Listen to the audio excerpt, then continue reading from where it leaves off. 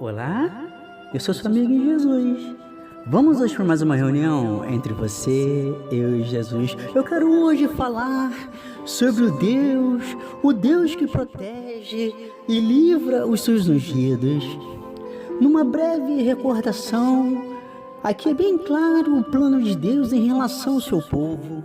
A destruição de Judá e seu povo sendo levado cativos, do qual durou por 70 anos. Em 2 Reis, no capítulo 24, versículo 20 diz assim: por causa da ira do Senhor, tudo isso aconteceu a Jerusalém e a Judá. Por fim, ele os lançou para longe da sua presença. Ora, Zedequias rebelou-se contra o rei da Babilônia. Deus permitiu que Zedequias se rebelasse porque estava determinado que Judá seria destruída nessa época e iria para o cativeiro por estar sempre pecando. Devido à rebelião constante contra a sua palavra, de fato isso foi muito grave e o que levou à destruição de Judá e Jerusalém. O decreto de Deus. No livro de Daniel, no capítulo 2, versículo 13, diz assim: e assim foi emitido o decreto para que fossem mortos os sábios encarregados saíram à procura de Daniel e de seus amigos, para que também fossem mortos. Podemos observar que o decreto estabelecido pelo rei Nabucodonosor era devido ao fato de que nenhum dos sábios conseguiram interpretar o sonho do rei. Então ele se irou e criou o decreto. Mas através da fé temos a convicção de que o decreto final é sempre de Deus. O Jeová Tsidkenu, o Deus da justiça, e Jeová Jireh, o Deus da provisão. Confiar cegamente em Deus. No livro de Daniel, no capítulo 2, do versículo 14 ao 18, diz assim: o comandante da guarda do rei já se preparava para matar os sábios da Babilônia, quando Daniel dirigiu-se a ele com sabedoria e bom senso. Então Daniel perguntou ao oficial do rei: por que o rei emitiu um decreto tão severo? O comandante explicou o motivo a Daniel. Diante disso, Daniel foi pedir ao rei que lhe desse um prazo e ele daria a interpretação. Daniel voltou para casa, contou o problema aos seus amigos Ananias, Misael e Azarias. E Daniel falou para os 3 amigos para que pedissem misericórdia ao Deus do céu sobre este mistério, a fim de que Daniel e seus companheiros não perecessem juntamente com o restante dos sábios da Babilônia. A necessidade cristã da unidade. Em Mateus, no capítulo 18, do versículo 19 ao 20, diz assim: também lhes digo que se 2 de vocês concordarem na terra em qualquer assunto sobre o qual pedirem, isso lhes será feito por meu Pai que estás no céu. Pois onde se reunirem 2 ou 3 em meu nome, ali eu estou no meio deles. Assim diz Jeová Shammah, que significa Deus está ali. A unidade cristã faz parte do plano de Deus. Em João, no capítulo 17, do versículo 21 ao 26, diz assim: para que todos sejam um, Pai, como tu estás em mim e eu em ti, que eles também estejam em nós, para que o mundo creia que tu me enviaste.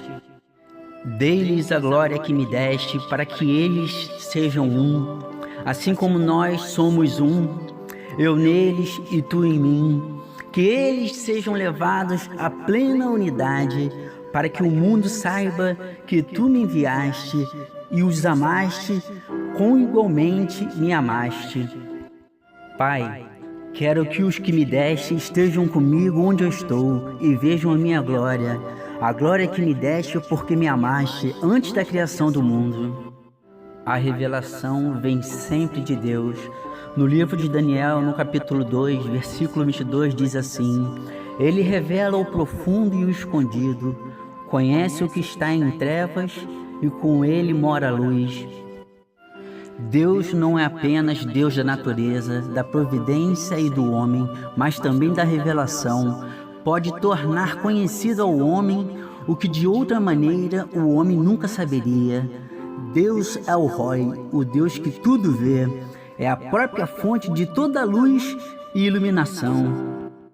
Em 1 Timóteo, no capítulo 6, versículo 16, é descrito a soberania e o poder de Deus. E diz assim: o único que é imortal e habita em luz inacessível, a quem ninguém viu nem pode ver, a ele sejam a honra e o poder para sempre. Amém. Moisés clamava a Deus como El Shaddai, Deus todo-poderoso e soberano, o verdadeiro e único Deus vivo. No livro de 2 Crônicas, no capítulo 36, versículo 7, diz assim: e levou também para a Babilônia objetos do templo do Senhor e os colocou no seu templo. Estes utensílios foram postos no templo de Bel, o nome que deriva de Baal. Portanto, como não havia nenhum Deus no templo, Nabucodonosor, sem dúvida, levou alguns vasos santos, bem como o candelabro de ouro, e juntamente levou a primeira remessa de cativos, os judeus, a quem incluiu a Daniel, Ezequiel, Neemias, Mardoqueu e os 3 amigos de Daniel, Ananias, Arias e Misael. Quando Nabucodonosor colocou os utensílios na casa de seu Deus, revela o fato de que o monarca pagão erroneamente acreditava que seu Deus, Nebo, fosse maior do que o Deus de Israel. O amor de Cristo por nós. No livro de João, no capítulo 17, do versículo 25 ao 26, diz assim: Pai justo, o mundo não te conheceu, mas eu te conheci, e estes conheceram que tu enviaste a mim. E eu fiz a eles conhecer o teu nome, e farei conhecer mais, para que o amor que tens por mim esteja neles, e eu neles esteja. A revelação de Daniel. No livro de Daniel, no capítulo 2, versículo 19 ao 20, diz assim: Então foi revelada a Daniel numa visão de noite. Então Daniel louvou a Deus. Falou Daniel dizendo: Seja bendito o nome de Deus, de eternidade a eternidade, porque dele são a sabedoria e a força. Esta passagem significa que o mesmo sonho que foi dado ao rei da Babilônia, agora foi dado a Daniel pelo Deus El-Olam, o Deus da eternidade. A confiança em Deus. No livro de Daniel, no capítulo 2, do versículo 24 ao 26, diz assim: Então Daniel foi falar com o chefe da guarda do rei, a quem o rei tinha nomeado para executar os sábios da Babilônia, e lhe disse: Não execute os sábios, leve-me ao rei e eu interpretarei para ele o sonho que teve. Num contexto geral, irei falar das revelações de Daniel. No livro de Daniel, no capítulo 2, versículo 21, diz assim: Ele muda as épocas e as estações, destrona reis e os estabelece, dá sabedoria aos sábios e conhecimento aos que sabem discernir. A expressão muda as épocas e as estações refere-se aos impérios sucessivos, como permitido pelo Senhor e vistos por Daniel naquela visão da noite. A interpretação do sonho do rei. No livro de Daniel, no capítulo 2, no versículo 31 ao 33, diz assim: Tu olhaste, ó rei, e diante de ti estava uma estátua grande, uma estátua enorme, impressionante, e sua aparência era terrível. A cabeça da estátua era feita de ouro puro, o peito e o braço eram de prata, o ventre e os quadris eram de bronze, as pernas eram de ferro e os pés eram em parte ferro e em parte barro. A cabeça de ouro representava o Império Babilônico, que foi o mais grandioso de todos. Daniel falava de 4 reinos que viriam após o Império Babilônico. O segundo reino, o peito e o braço de prata, seria o Império Medo-Persa, que seria menor em grandeza, mas não em força, e que viria em poucos anos, começando com o rei Ciro, e assim conquistou o Império Babilônico. O terceiro reino, em um ventre e os quadris eram de bronze, se tratava do terceiro reinado, o Império Grego-Macedônico, estabelecido por Alexandre o Grande. Aconteceria aproximadamente 200 anos após essa época, até ser conquistado pelo quarto reino. O quarto reino. No livro de Daniel, no capítulo 2, versículo 43, diz assim: E como viste, o ferro estava misturado com o barro. Isto quer dizer que buscavam fazer alianças políticas por meio de casamentos. Mas essa união não se firmará, assim como o ferro não se mistura com o barro. O quarto reino é o Império Romano. Seria o mais forte entre os anteriores. Tudo que estudamos anteriormente representa impérios que vieram e se foram. No entanto, os pés e dedos das estátuas de ferro e barro representavam o que ainda está por vir.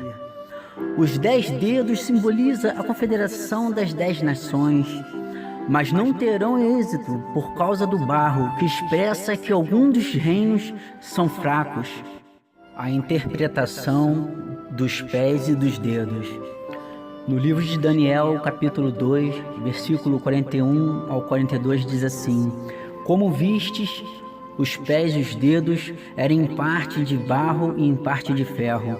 Isso quer dizer que será um reino dividido, mas ainda assim terá um pouco da força do ferro, embora tenha visto ferro misturado com barro.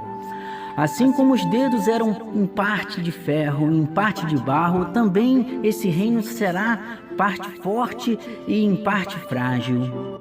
No livro de Apocalipse, no capítulo 17, versículo 12, diz assim: Os 10 chifres que você viu são 10 reis que ainda não receberam o reino, mas que por uma hora receberão autoridade como reis, juntamente com a besta.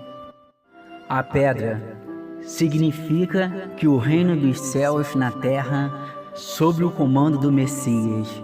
No livro de Daniel, capítulo 2, no versículo 44 ao 45, diz assim: Na época desses reis, o Deus dos céus estabelecerá um reino que jamais será destruído e que nunca será dominado por nenhum outro povo. Destruirá todos esses reinos e os exterminará, mas esse reino durará para sempre. Esse é o significado da visão da pedra que se soltou de uma montanha sem auxílio de mãos, pedra que esmigalhou o ferro, o bronze, o barro, a prata e o ouro. O Deus poderoso mostrou ao rei o que aconteceria no futuro. O sonho é verdadeiro e a interpretação é fiel. Este versículo é basicamente o mesmo que os versículos 34 e 35 do capítulo 2 do livro de Daniel, que descreve a vinda do Senhor e o reino milenar que o Senhor estabelecerá. Jeová Roi significa o Senhor é o nosso pastor. No livro de João, no capítulo 10, do versículo 9 ao 11, diz assim: Eu sou a porta. Quem entrar por mim será salvo. Entrará e sairá e encontrará pastagem. O ladrão vem apenas para matar, roubar e destruir. Eu vim para que tenham vida e que tenham plenamente. Eu sou o bom pastor. O bom pastor dá sua vida pelas ovelhas. El Shaddai significa o Deus Todo-Poderoso e Soberano. No livro de Daniel, no capítulo 7, versículo 27, diz assim: Então a soberania, o poder e a grandeza dos reinos debaixo do céu serão entregues nas mãos dos santos, o povo do Altíssimo. O reino deles será um reino eterno, e todos os governantes o adorarão e lhe obedecerão. Daniel viveu toda a sua vida longa como oficial do governo e como profeta também de Yahvé, o Deus presente e acessível, perto dos que invocam por livramento. Podemos ver em Salmos 107, no versículo 13. Na sua aflição, clamaram ao Senhor e Ele os salvou da tribulação em que se encontravam. Deus indica seus escolhidos. No livro de Daniel, no capítulo 1, versículo 3 ao 4, diz assim: E disse o rei ao chefe dos seus eunucos que trouxesse algum dos filhos de Israel e da linhagem real e dos príncipes, jovens em que não houvesse nenhum defeito e de boa aparência e instruídos em toda sabedoria e em ciência e entendidos no conhecimento e que tivessem habilidade para assistirem no palácio do rei e que ensinassem as letras e a linguagem dos caldeus. A mudança de nomes. No livro de Daniel, no capítulo 1, versículo 7, diz assim: o chefe dos oficiais deu-lhes novos nomes. A Daniel deu o nome de Beltazar, a Ananias, Sadraque, a Misael, Mesaque e a Azarias, Abidnego. Antigamente era comum os reis dos impérios hostis trocarem os nomes dos cativos para demonstrar poder, força e assim geravam medo nos cativos. O início do plano de Deus. No livro de Daniel, capítulo 2, do versículo 47 ao 49, diz assim: o rei disse a Daniel: não há dúvida de que seu Deus é o Deus dos deuses, o Senhor dos reis e aquele que revela os mistérios, pois você conseguiu revelar esse mistério. Então o rei colocou Daniel num alto cargo e o cobriu de presentes. Ele o designou governante de toda a província da Babilônia e o encarregou de todos os sábios da província. Além disso, a pedido de Daniel, o rei nomeou Sadraque, Mesaque e Abidnego como administradores da província da Babilônia, enquanto o próprio Daniel permanecia na corte do rei. A segunda etapa do plano de Deus. No livro de Daniel, no capítulo 3, do versículo 8 ao 11, diz assim: por isso, no mesmo instante, chegaram perto alguns caldeus e acusaram os judeus e responderam dizendo ao rei Nabucodonosor: ó rei, vive eternamente. Tu, ó rei, fizeste um decreto pelo qual todo homem que ouvisse o som da buzina, da flauta, da harpa, do saltério e da gaita de foles e de toda espécie de música se prostrasse e adorasse a estátua de ouro. E qualquer que não se prostrasse e adorasse seria lançado dentro da fornalha de fogo ardente. Para demonstrar soberania e poder, o nosso Deus, El Shaddai, usa até o pagão como parte do seu plano. A terceira parte do plano de Deus. No livro de Daniel, no capítulo 3, do versículo 17 ao 18, diz assim: eis que o nosso Deus, a quem nós servimos, é que nos pode livrar. Ele nos livrará da fornalha de fogo ardente e da tua mão, ó rei. E se não, fica sabendo, ó rei, que não serviremos a teus deuses e nem adoraremos a estátua de ouro que levantaste. A quarta etapa do plano de Deus. No livro de Daniel, capítulo 3, no versículo 19 ao 20, diz assim: então Nabucodonosor se encheu de furor e mudou-se o aspecto do seu semblante contra Sadraque, Mesaque e Abidnego, e falou e deu ordem que a fornalha se aquecesse 7 vezes mais do que costumava aquecer. E ordenou aos homens mais poderosos que estavam no seu exército que atacassem a Sadraque, Mesaque e Abidnego para lançá-los na fornalha de fogo ardente. A quinta etapa do plano de Deus. No livro de Daniel, no capítulo 3, do versículo 23 ao 25, diz assim: e estes 3 homens, Sadraque, Mesaque e Abidnego, caíram atados dentro da fornalha de fogo ardente.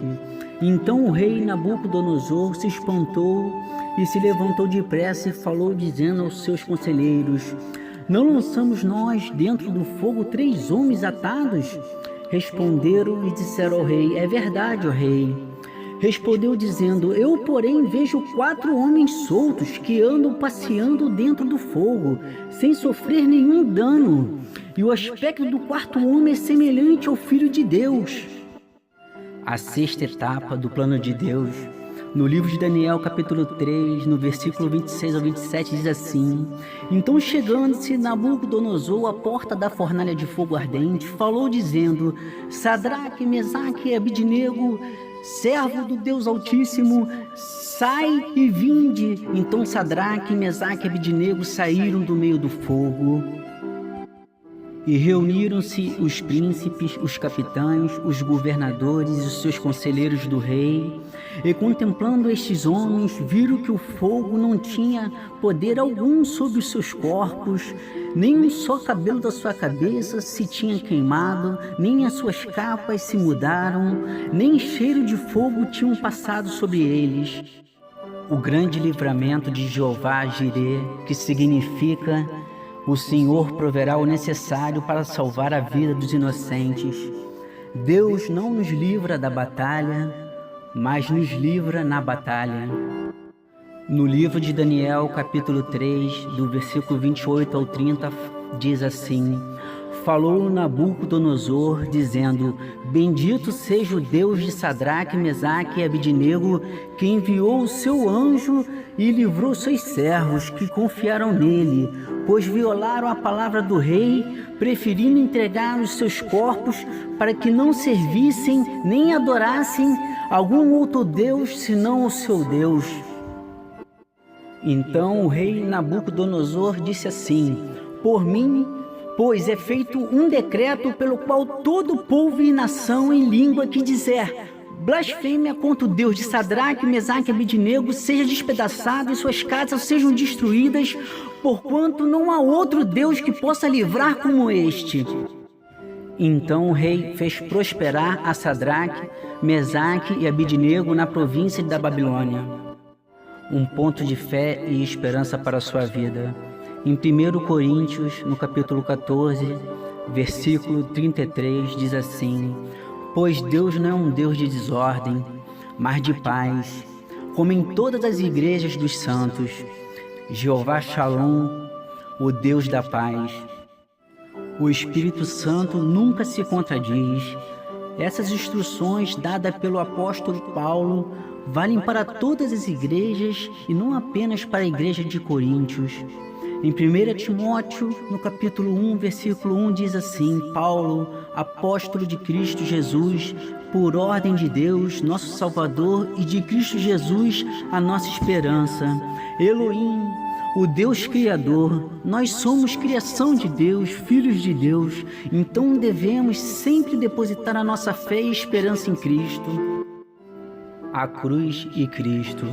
Hoje só é possível obtermos respostas de Deus, ou até mesmo enfrentar tribulações, onde o medo foi gerado em nossos corações quando depositamos toda a nossa fé em Cristo e no que Ele fez por nós na cruz, e na qual, para nos justificar, Jesus pagou um alto preço com seu sangue carmesim, nos lavando de todos os nossos pecados.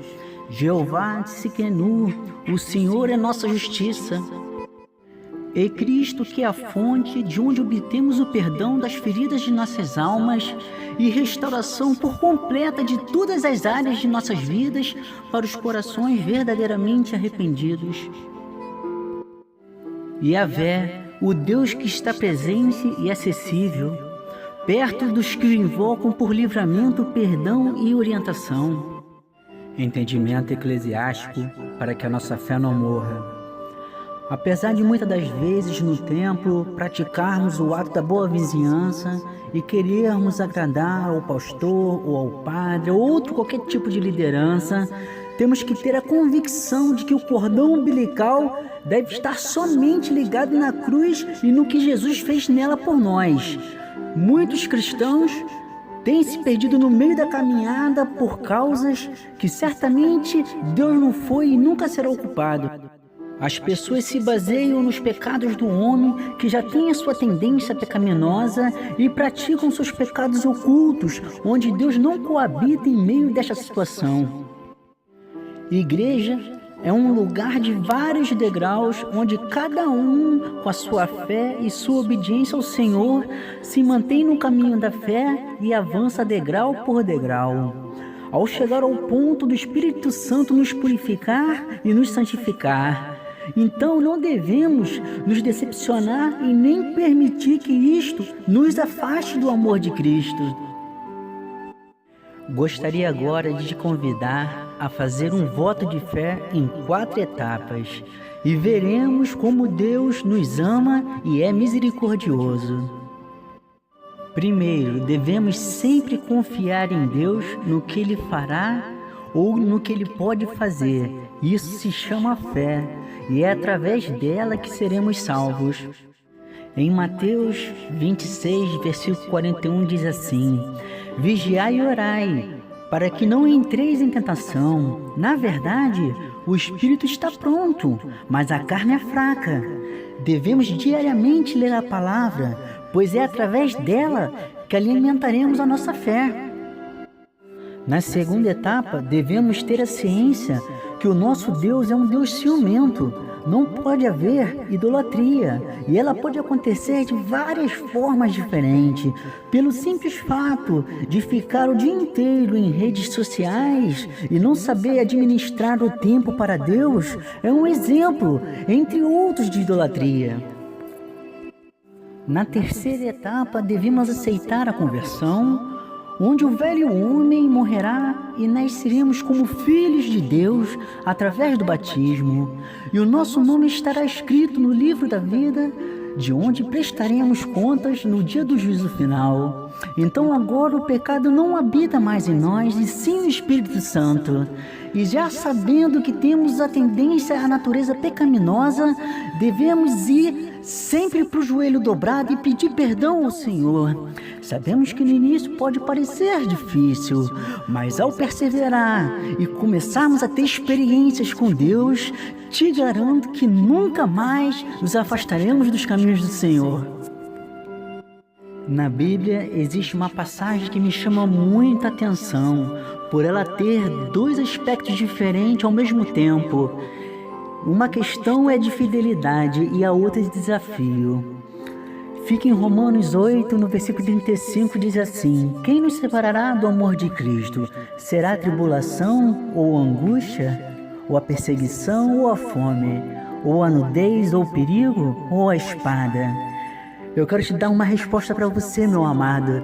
Você não está sozinho. O Todo-Poderoso está contigo. Firma tua fé na rocha, que você nunca mais irá se separar de Cristo. Na quarta etapa, falaremos da importância de jejuar. Ele pode ser de diversas formas diferentes. Não é apenas ficar sem comer um dia, até porque entendemos que muitas pessoas, por questões de saúde, não podem assumir esse tipo de compromisso. Mas podemos, por exemplo, ficar sem acessar redes sociais, fazer algo que você goste e do que você tenha que renunciar. Isso é uma forma de jejuar também. Existe uma passagem na Bíblia onde Jesus ensina o porquê de jejuar. Ela fica no livro de Marcos, no capítulo 9, do versículo 25 ao 29, dizendo assim: Quando Jesus viu que uma multidão estava se ajuntando, repreendeu o espírito imundo, dizendo: Espírito mudo e surdo, eu ordeno que o deixe e nunca mais entre nele. O espírito gritou, agitou violentamente e saiu. O menino ficou como morto, a ponto de muitos dizerem: ele morreu. Mas Jesus o tomou pela mão e o levantou, e ele ficou em pé. Depois de Jesus ter entrado em casa, seus discípulos lhe perguntaram em particular: por que não conseguimos expulsá-los? Ele respondeu: essa espécie só sai pela oração e pelo jejum. Quero agora orar pela sua vida. Senhor, meu Deus e meu Pai, na Tua santa presença, Senhor, queremos Te agradecer por mais esse dia de vida, Senhor, e pela rica oportunidade de estar ouvindo a Tua palavra, meu Pai, porque a Tua palavra cura, liberta e salva, Senhor, mediante a fé. Deus amado, Deus querido, meu Pai, eu Te peço que no meio das nossas dificuldades e tribulações, nós ainda possamos ouvir a Tua voz, Senhor, nos convidando a caminhar contigo. Meu Pai, eu Te peço que a nossa fé não vacile e que possamos manter os nossos olhos acima dos nossos problemas, e ainda que os nossos olhares por algum momento se desviem do Teu, e se porventura começarmos a distanciar de Ti, Senhor, eu te peço que o Senhor estenda a sua mão em nossa direção e nos dê livramento. Pai, confiamos em Ti. Sabemos, meu Pai, que podemos confiar nos momentos mais difíceis, meu Pai, porque o Seu poder se aperfeiçoa na nossa fraqueza, Senhor. Pai amado, Pai querido, que diante das dificuldades, Senhor, nós possamos manter nossos olhos postos em Ti, Senhor. Pai amado, Pai querido, Criador do céu e da terra, eu te peço, meu Pai, para o Senhor nos levar a um nível maior de intimidade, de fé, onde nossos pés não vacilem e onde possamos escutar de forma clara a Sua voz. E assim oramos, em nome de Jesus. Amém. Olá, eu sou seu amigo Jesus. Vamos hoje para mais uma reunião entre você, eu e Jesus. Eu quero hoje falar sobre o Deus que protege e livra os seus ungidos. Numa breve recordação, aqui é bem claro o plano de Deus em relação ao seu povo. A destruição de Judá e seu povo sendo levado cativos, do qual durou por 70 anos. Em 2 Reis, no capítulo 24, versículo 20, diz assim: por causa da ira do Senhor, tudo isso aconteceu a Jerusalém e a Judá. Por fim, ele os lançou para longe da sua presença. Ora, Zedequias rebelou-se contra o rei da Babilônia. Deus permitiu que Zedequias se rebelasse porque estava determinado que Judá seria destruída nessa época e iria para o cativeiro por estar sempre pecando. Devido à rebelião constante contra a sua palavra, de fato isso foi muito grave e o que levou à destruição de Judá e Jerusalém. O decreto de Deus. No livro de Daniel, no capítulo 2, versículo 13, diz assim: e assim foi emitido o decreto para que fossem mortos os sábios encarregados de sair à procura de Daniel e de seus amigos, para que também fossem mortos. Podemos observar que o decreto estabelecido pelo rei Nabucodonosor era devido ao fato de que nenhum dos sábios conseguiram interpretar o sonho do rei. Então ele se irou e criou o decreto. Mas através da fé temos a convicção de que o decreto final é sempre de Deus. O Jeová Tsidkenu, o Deus da justiça, e Jeová Jireh, o Deus da provisão. Confiar cegamente em Deus. No livro de Daniel, no capítulo 2, do versículo 14 ao 18, diz assim: o comandante da guarda do rei já se preparava para matar os sábios da Babilônia, quando Daniel dirigiu-se a ele com sabedoria e bom senso. Então Daniel perguntou ao oficial do rei: por que o rei emitiu um decreto tão severo? O comandante explicou o motivo a Daniel. Diante disso, Daniel foi pedir ao rei que lhe desse um prazo e ele daria a interpretação. Daniel voltou para casa, contou o problema aos seus amigos Ananias, Misael e Azarias. E Daniel falou para os 3 amigos para que pedissem misericórdia ao Deus do céu sobre este mistério, a fim de que Daniel e seus companheiros não perecessem, juntamente com o restante dos sábios da Babilônia. A necessidade cristã da unidade. Em Mateus, no capítulo 18, do versículo 19 ao 20, diz assim: também lhes digo que se 2 de vocês concordarem na terra em qualquer assunto sobre o qual pedirem, isso lhes será feito por meu Pai que estás no céu. Pois onde se reunirem 2 ou 3 em meu nome, ali eu estou no meio deles. Assim diz Jeová Shammah, que significa Deus está ali. A unidade cristã faz parte do plano de Deus. Em João, no capítulo 17, do versículo 21 ao 26, diz assim: para que todos sejam um, Pai, como tu estás em mim e eu em ti, que eles também estejam em nós, para que o mundo creia que tu me enviaste. Dei-lhes a glória que me deste, para que eles sejam um, assim como nós somos um, eu neles e tu em mim, que eles sejam levados à plena unidade, para que o mundo saiba que tu me enviaste e os amaste, como igualmente me amaste. Pai, quero que os que me deste estejam comigo onde eu estou e vejam a minha glória, a glória que me deste porque me amaste antes da criação do mundo. A revelação vem sempre de Deus. No livro de Daniel, no capítulo 2, versículo 22, diz assim: Ele revela o profundo e o escondido, conhece o que está em trevas e com ele mora a luz. Deus não é apenas Deus da natureza, da providência e do homem, mas também da revelação. Pode tornar conhecido ao homem o que de outra maneira o homem nunca saberia. Deus é o Roi, o Deus que tudo vê, é a própria fonte de toda luz e iluminação. Em 1 Timóteo, no capítulo 6, versículo 16, é descrito a soberania e o poder de Deus. E diz assim: o único que é imortal e habita em luz inacessível, a quem ninguém viu nem pode ver, a ele sejam a honra e o poder para sempre. Amém. Moisés clamava a Deus como El Shaddai, Deus todo-poderoso e soberano, o verdadeiro e único Deus vivo. No livro de 2 Crônicas, no capítulo 36, versículo 7, diz assim: E levou também para a Babilônia objetos do templo do Senhor e os colocou no seu templo. Estes utensílios foram postos no templo de Bel, o nome que deriva de Baal. Portanto, como não havia nenhum Deus no templo, Nabucodonosor, sem dúvida, levou alguns vasos santos, bem como o candelabro de ouro, e juntamente levou a primeira remessa de cativos, os judeus, a quem incluiu a Daniel, Ezequiel, Neemias, Mardoqueu e os 3 amigos de Daniel, Ananias, Arias e Misael. Quando Nabucodonosor colocou os utensílios na casa de seu Deus, revela o fato de que o monarca pagão erroneamente acreditava que seu Deus, Nebo, fosse maior do que o Deus de Israel. O amor de Cristo por nós.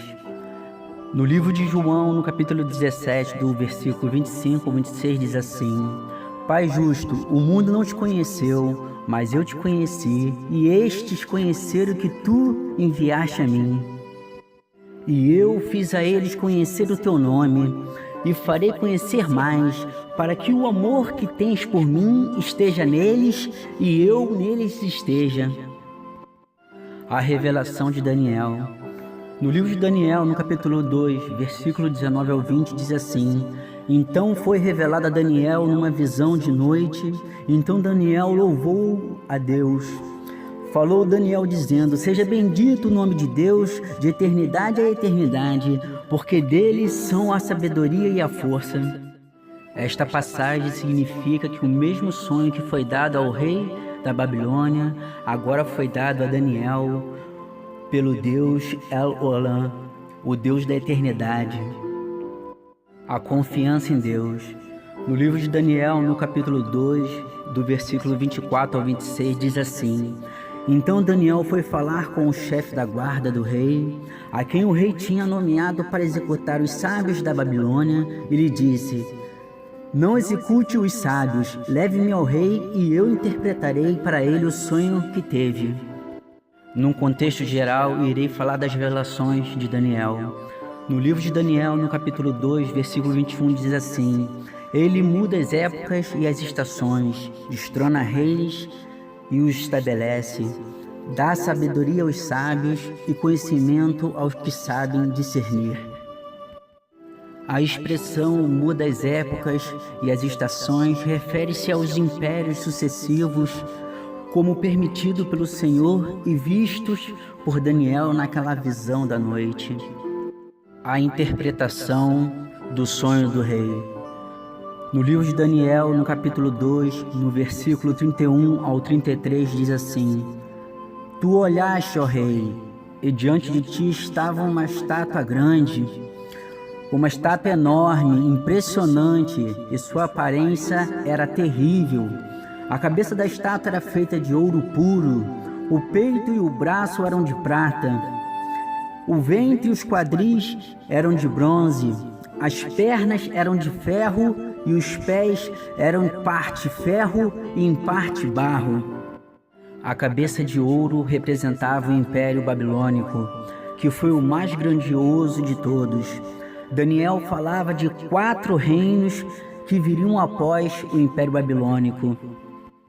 O segundo reino, o peito e o braço de prata, seria o Império Medo-Persa, que seria menor em grandeza, mas não em força, e que viria em poucos anos, começando com o rei Ciro, e assim conquistou o Império Babilônico.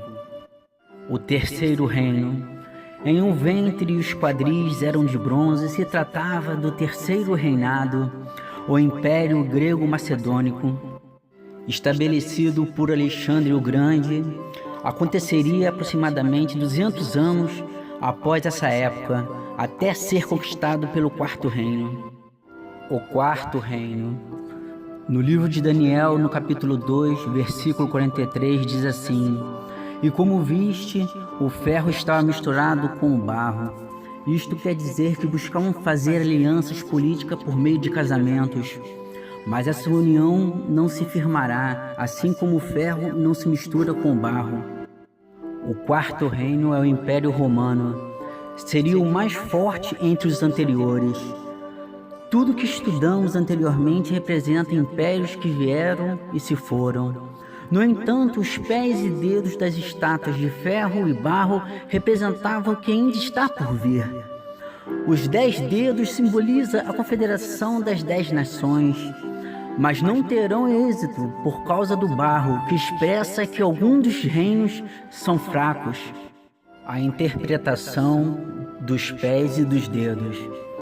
No livro de Daniel, capítulo 2, versículo 41 ao 42, diz assim: Como vistes, os pés e os dedos eram em parte de barro e em parte de ferro. Isso quer dizer que será um reino dividido, mas ainda assim terá um pouco da força do ferro, embora tenha visto ferro misturado com barro. Assim como os dedos eram em parte de ferro e em parte de barro, também esse reino será parte forte e em parte frágil. No livro de Apocalipse, no capítulo 17, versículo 12, diz assim: Os 10 chifres que você viu são 10 reis que ainda não receberam o reino, mas que por 1 hora receberão autoridade como reis, juntamente com a besta. A pedra significa que o reino dos céus na terra, sob o comando do Messias. No livro de Daniel, capítulo 2, no versículo 44 ao 45, diz assim: Na época desses reis, o Deus dos céus estabelecerá um reino que jamais será destruído e que nunca será dominado por nenhum outro povo. Destruirá todos esses reinos e os exterminará, mas esse reino durará para sempre. Esse é o significado da visão da pedra que se soltou de uma montanha sem auxílio de mãos, pedra que esmigalhou o ferro, o bronze, o barro, a prata e o ouro. O Deus poderoso mostrou ao rei o que aconteceria no futuro. O sonho é verdadeiro e a interpretação é fiel.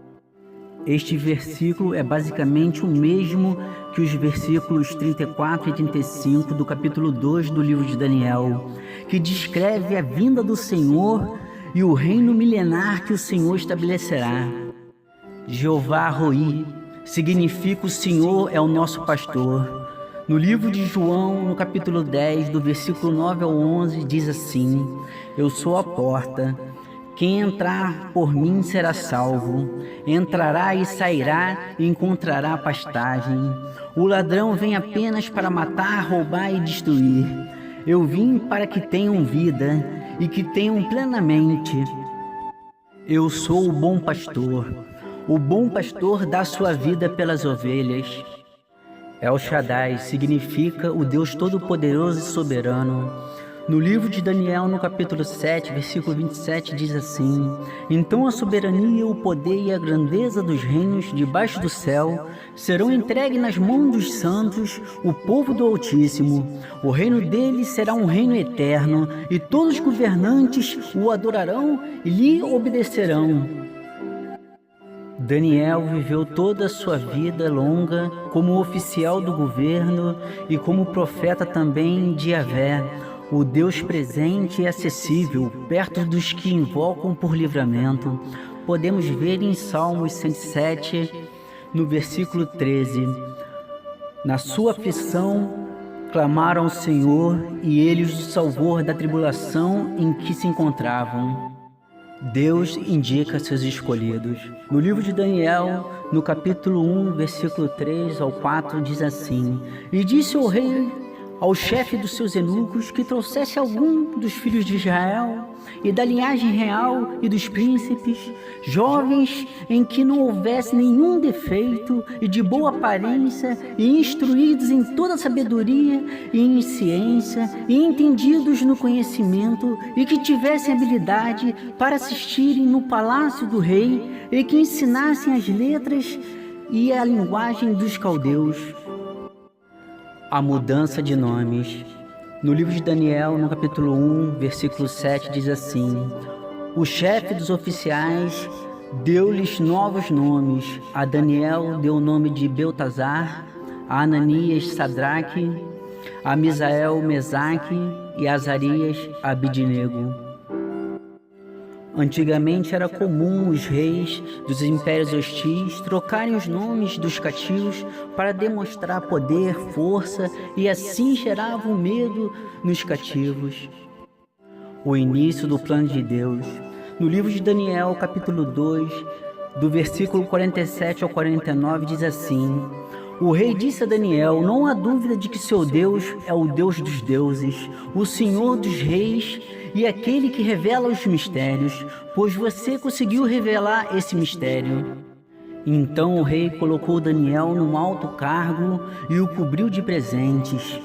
Ele o designou governante de toda a província da Babilônia e o encarregou de todos os sábios da província. Além disso, a pedido de Daniel, o rei nomeou Sadraque, Mesaque e Abidnego como administradores da província da Babilônia, enquanto o próprio Daniel permanecia na corte do rei. A segunda etapa do plano de Deus. No livro de Daniel, no capítulo 3, do versículo 8 ao 11, diz assim: Por isso, no mesmo instante, chegaram perto alguns caldeus e acusaram os judeus e responderam dizendo ao rei Nabucodonosor: Ó rei, vive eternamente. Tu, ó rei, fizeste um decreto pelo qual todo homem que ouvisse o som da buzina, da flauta, da harpa, do saltério e da gaita de foles e de toda espécie de música se prostrasse e adorasse a estátua de ouro. E qualquer que não se prostrasse e adorasse seria lançado dentro da fornalha de fogo ardente. Para demonstrar soberania e poder, o nosso Deus, El Shaddai, usa até o pagão como parte do seu plano. A terceira parte do plano de Deus. No livro de Daniel, no capítulo 3, do versículo 17 ao 18, diz assim: Eis que o nosso Deus, a quem nós servimos, é que nos pode livrar. Ele nos livrará da fornalha de fogo ardente e da tua mão, ó rei. E se não, fica sabendo, ó rei, que não serviremos a teus deuses e nem adoraremos a estátua de ouro que levantaste. A quarta etapa do plano de Deus. No livro de Daniel, capítulo 3, no versículo 19 ao 20, diz assim: Então Nabucodonosor se encheu de furor e mudou-se o aspecto do seu semblante contra Sadraque, Mesaque e Abidnego, e falou e deu ordem que a fornalha se aquecesse 7 vezes mais do que costumava aquecer. E ordenou aos homens mais poderosos que estavam no seu exército que atacassem a Sadraque, Mesaque e Abidnego para lançá-los na fornalha de fogo ardente. A quinta etapa do plano de Deus, no livro de Daniel, no capítulo 3, do versículo 23 ao 25, diz assim: E estes 3 homens, Sadraque, Mesaque e Abidnego, caíram atados dentro da fornalha de fogo ardente. Então o rei Nabucodonosor se espantou e se levantou depressa e falou, dizendo aos seus conselheiros: Não lançamos nós dentro do fogo 3 homens atados? Responderam e disseram ao rei: É verdade, ó rei. Respondeu dizendo: Eu, porém, vejo 4 homens soltos que andam passeando dentro do fogo, sem sofrer nenhum dano. E o aspecto do 4º homem é semelhante ao Filho de Deus. A sexta etapa do plano de Deus, no livro de Daniel, capítulo 3, no versículo 26 ao 27, diz assim: Então, chegando-se Nabucodonosor à porta da fornalha de fogo ardente, falou dizendo: Sadraque, Mesaque e Abidnego, servo do Deus Altíssimo, sai e vinde. Então Sadraque, Mesaque e Abidnego saíram do meio do fogo. E reuniram-se os príncipes, os capitães, os governadores e os seus conselheiros do rei, e contemplando estes homens, viram que o fogo não tinha poder algum sobre os seus corpos, nem um só cabelo da sua cabeça se tinha queimado, nem as suas capas se mudaram, nem cheiro de fogo tinham passado sobre eles. O grande livramento de Jeová Jirê, que significa: O Senhor proverá o necessário para salvar a vida dos inocentes. Deus não nos livra da batalha, mas nos livra na batalha. No livro de Daniel, capítulo 3, do versículo 28 ao 30, diz assim: Falou Nabucodonosor, dizendo: Bendito seja o Deus de Sadraque, Mesaque e Abidnego, que enviou o seu anjo e livrou seus servos que confiaram nele, pois violaram a palavra do rei, preferindo entregar os seus corpos para que não servissem nem adorassem algum outro Deus senão o seu Deus. Então o rei Nabucodonosor disse assim: Por mim, pois é feito um decreto pelo qual todo povo e nação em língua que dizer blasfêmia contra o Deus de Sadraque, Mesaque e Abidnego seja despedaçado e suas casas sejam destruídas, porquanto não há outro Deus que possa livrar como este. Então o rei fez prosperar a Sadraque, Mesaque e Abidnego na província da Babilônia. Um ponto de fé e esperança para a sua vida. Em 1 Coríntios, no capítulo 14, versículo 33, diz assim: Pois Deus não é um Deus de desordem, mas de paz, como em todas as igrejas dos santos. Jeová Shalom, o Deus da paz. O Espírito Santo nunca se contradiz. Essas instruções dadas pelo apóstolo Paulo valem para todas as igrejas e não apenas para a igreja de Coríntios. Em 1 Timóteo, no capítulo 1, versículo 1, diz assim: Paulo, apóstolo de Cristo Jesus, por ordem de Deus, nosso Salvador, e de Cristo Jesus, a nossa esperança. Elohim, o Deus Criador, nós somos criação de Deus, filhos de Deus, então devemos sempre depositar a nossa fé e esperança em Cristo. A cruz e Cristo. Hoje só é possível obtermos respostas de Deus ou até mesmo enfrentar tribulações, onde o medo foi gerado em nossos corações quando depositamos toda a nossa fé em Cristo e no que Ele fez por nós na cruz, e na qual, para nos justificar, Jesus pagou um alto preço com seu sangue carmesim, nos lavando de todos os nossos pecados. Jeová Tsidkenu, o Senhor é nossa justiça. E Cristo, que é a fonte de onde obtemos o perdão das feridas de nossas almas e restauração por completa de todas as áreas de nossas vidas para os corações verdadeiramente arrependidos. Yahvé, o Deus que está presente e acessível, perto dos que o invocam por livramento, perdão e orientação. Entendimento eclesiástico para que a nossa fé não morra. Apesar de muitas das vezes no templo praticarmos o ato da boa vizinhança e querermos agradar ao pastor ou ao padre ou outro qualquer tipo de liderança, temos que ter a convicção de que o cordão umbilical deve estar somente ligado na cruz e no que Jesus fez nela por nós. Muitos cristãos têm se perdido no meio da caminhada por causas que certamente Deus não foi e nunca será ocupado. As pessoas se baseiam nos pecados do homem que já tem a sua tendência pecaminosa e praticam seus pecados ocultos, onde Deus não coabita em meio desta situação. Igreja é um lugar de vários degraus, onde cada um, com a sua fé e sua obediência ao Senhor, se mantém no caminho da fé e avança degrau por degrau, ao chegar ao ponto do Espírito Santo nos purificar e nos santificar. Então não devemos nos decepcionar e nem permitir que isto nos afaste do amor de Cristo.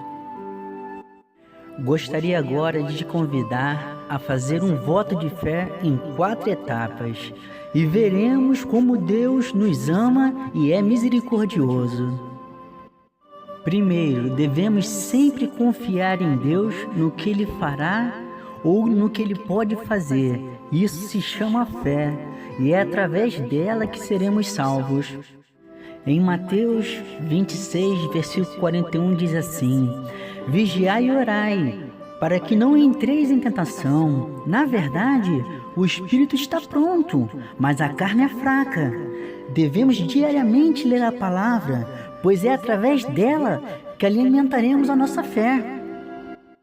Na segunda etapa, devemos ter a ciência que o nosso Deus é um Deus ciumento.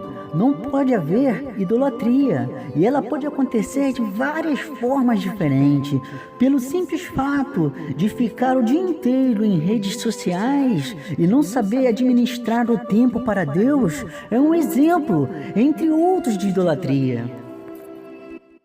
Na terceira etapa, devemos aceitar a conversão, onde o velho homem morrerá e nasceremos como filhos de Deus através do batismo, e o nosso nome estará escrito no livro da vida, de onde prestaremos contas no dia do juízo final. Então agora o pecado não habita mais em nós, e sim o Espírito Santo. E já sabendo que temos a tendência à natureza pecaminosa, devemos ir sempre para o joelho dobrado e pedir perdão ao Senhor. Sabemos que no início pode parecer difícil, mas ao perseverar e começarmos a ter experiências com Deus, te garanto que nunca mais nos afastaremos dos caminhos do Senhor. Na Bíblia existe uma passagem que me chama muita atenção, por ela ter 2 aspectos diferentes ao mesmo tempo. Uma questão é de fidelidade e a outra de desafio. Fica em Romanos 8, no versículo 35, diz assim: Quem nos separará do amor de Cristo? Será a tribulação ou a angústia? Ou a perseguição ou a fome? Ou a nudez ou o perigo? Ou a espada? Eu quero te dar uma resposta para você, meu amado. Você não está sozinho. O Todo-Poderoso está contigo. Firma tua fé na rocha, que você nunca mais irá se separar de Cristo. Na quarta etapa, falaremos da importância de jejuar. Ele pode ser de diversas formas diferentes. Não é apenas ficar sem comer um dia, até porque entendemos que muitas pessoas, por questões de saúde, não podem assumir esse tipo de compromisso. Mas podemos, por exemplo, ficar sem acessar redes sociais, fazer algo que você goste e que você tenha que renunciar. Isso é uma forma de jejuar também. Existe uma passagem na Bíblia onde Jesus ensina o porquê de jejuar. Ela fica no livro de Marcos, no capítulo 9, do versículo 25 ao 29, dizendo assim: Quando Jesus viu que uma multidão estava se ajuntando, repreendeu o espírito imundo, dizendo: Espírito mudo e surdo, eu ordeno que o deixe e nunca mais entre nele. O espírito gritou, agitou violentamente e saiu. O menino ficou como morto, a ponto de muitos dizerem: ele morreu. Mas Jesus o tomou pela mão e o levantou, e ele ficou em pé. Depois de Jesus ter entrado em casa, seus discípulos lhe perguntaram em particular: por que não conseguimos expulsá-los? Ele respondeu: essa espécie só sai pela oração e pelo jejum. quero agora orar pela sua vida. Senhor, meu Deus e meu Pai, na tua santa presença, Senhor, queremos te agradecer por mais esse dia de vida, Senhor, e pela rica oportunidade de estar ouvindo a tua palavra, meu Pai, porque a tua palavra cura, liberta e salva, Senhor, mediante a fé. Deus amado, Deus querido, meu Pai, eu te peço que no meio das nossas dificuldades e tribulações, nós ainda possamos ouvir a Tua voz, Senhor, nos convidando a caminhar contigo. Meu Pai, eu te peço que a nossa fé não vacile e que possamos manter os nossos olhos acima dos nossos problemas, e ainda que os nossos olhares por algum momento se desviem do Teu, e se porventura começarmos a nos distanciar de Ti, Senhor, eu te peço que o Senhor estenda a sua mão em nossa direção e nos dê livramento. Pai, confiamos em Ti. Sabemos, meu Pai, que podemos confiar nos momentos mais difíceis, meu Pai, porque o Seu poder se aperfeiçoa na nossa fraqueza, Senhor. Pai amado, Pai querido, que diante das dificuldades, Senhor, nós possamos manter nossos olhos postos em Ti, Senhor. Pai amado, Pai querido, Criador do céu e da terra, eu te peço, meu Pai, para o Senhor nos levar a um nível maior de intimidade, de fé, onde nossos pés não vacilem e onde possamos escutar de forma clara a Sua voz. E assim oramos, em nome de Jesus. Amém.